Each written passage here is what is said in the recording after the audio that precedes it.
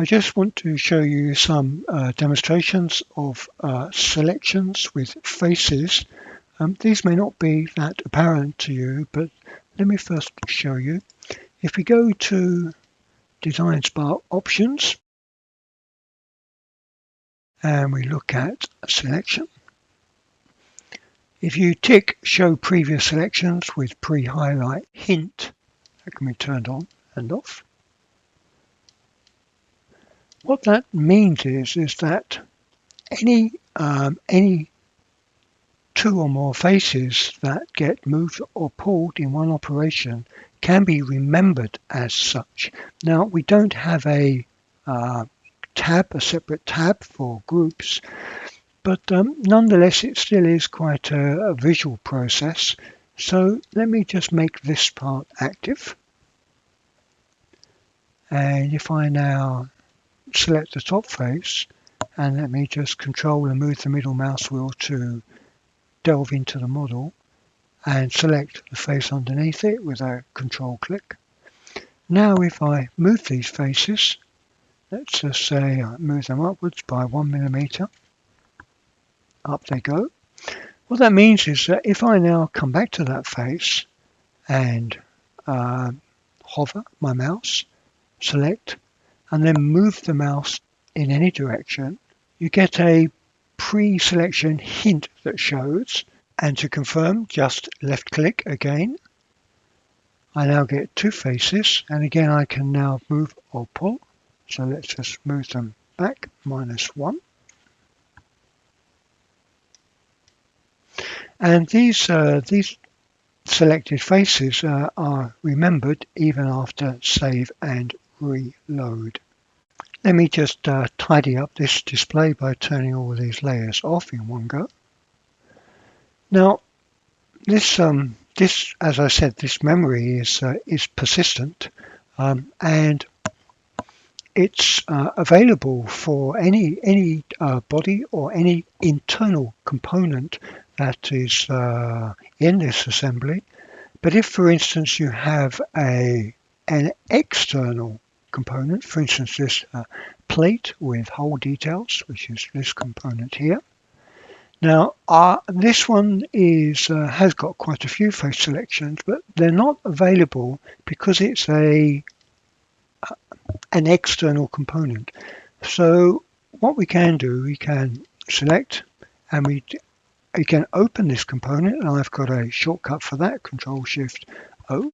It's also available by selection, right-click, component, open component, and here it is.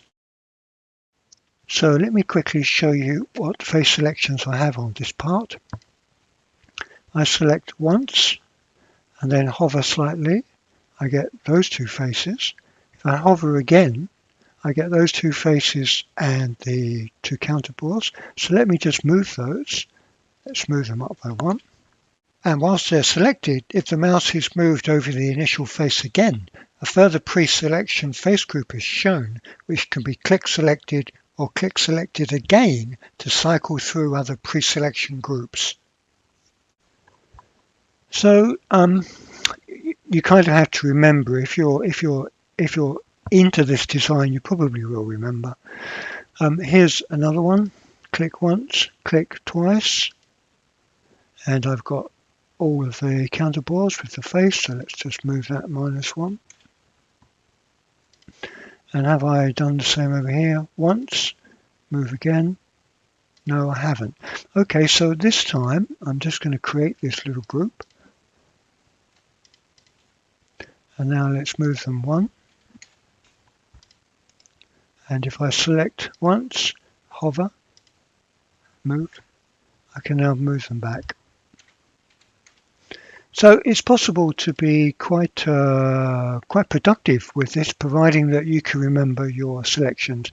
And there's no real reason why you can't remember the selections, because it's all highly visual, as I say.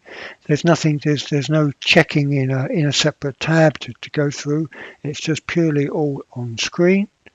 Let me do this one more, and I've got all of those. I realise that in any face selection, you can always select a face. You can go to the selections, and you can go to either, let's just say protrusion, but you can see sometimes the analysis of what is a protrusion, what is just a small protrusion, or it might go all the way through, may not be exactly what you want. So this form of selection and a hover probably gives a reasonably good dynamic selection method for you to progress with a design. So these face groups, there's nothing really too restrictive about them. For instance, if I box select this protrusion with this little pocket, straight away I can move it like so. And of course, let's just say I've changed something else, for instance, and I want to come back to this. If I just select, hover, it can simply be moved again, like so, anywhere. If I now choose, let's say, let's choose all the outside, like so, and let's pull.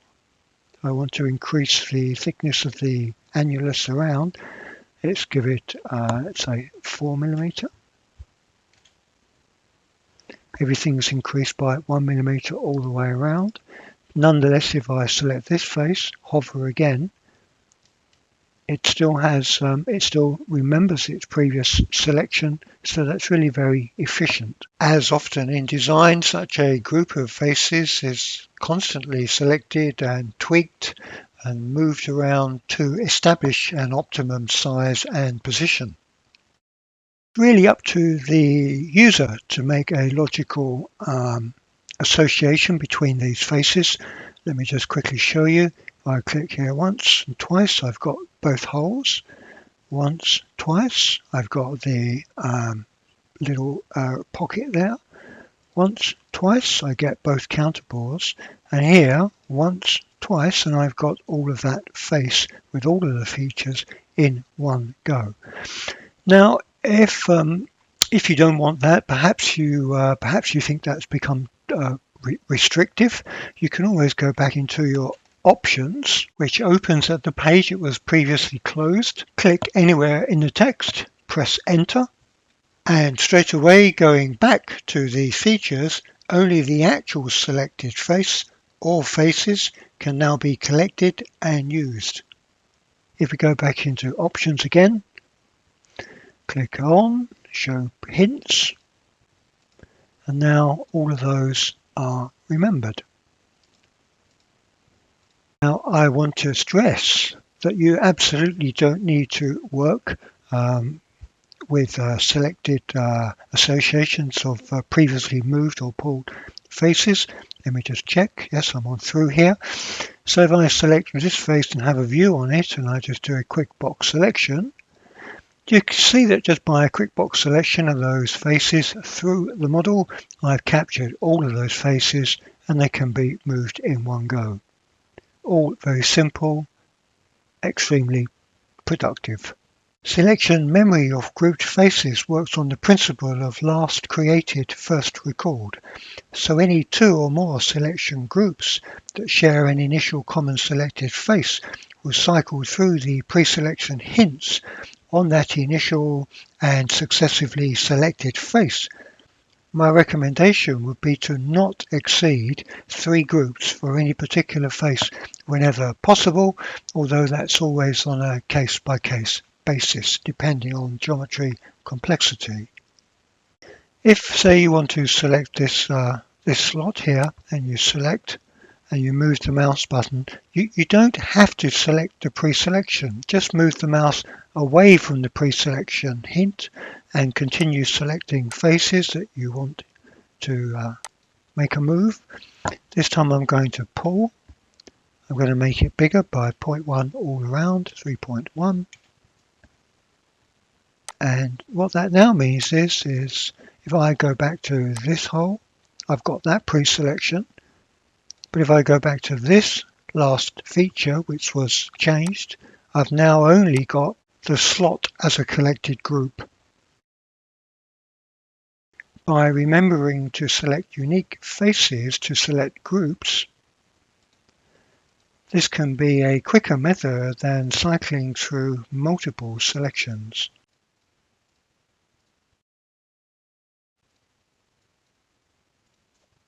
Please take note, if you select a face, the hovering must be within the confines of the face for the pre-selection to show.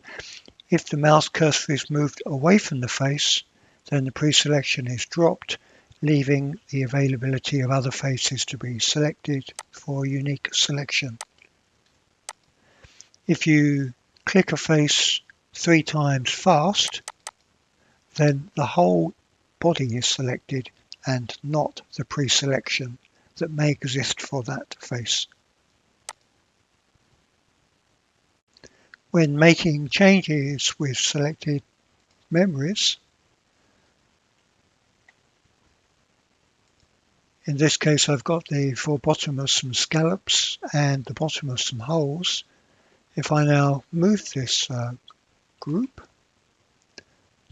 1 millimeter, it's important to note that the thread details of depth haven't changed as it references the whole top. If I undo, then select the thread surface, its size is 3.5. Then redoing the move again, it measures 3.5. And finally, if I just move the top surface alone to outside, so it's now a protrusion, not a recess, and I measure, again it says 3.5. Despite show previous selections with pre-highlight hint being off, any changes that are made, I'll just select and move these 3 faces from this inactive component, like so. Now if I go back to this face, no previous selections are shown. If I now go into my options and turn on previous selection pre-highlight hints, now if I go back to this face and hover, the previous selections are highlighted, so these face selection associations are constantly being recorded in the background.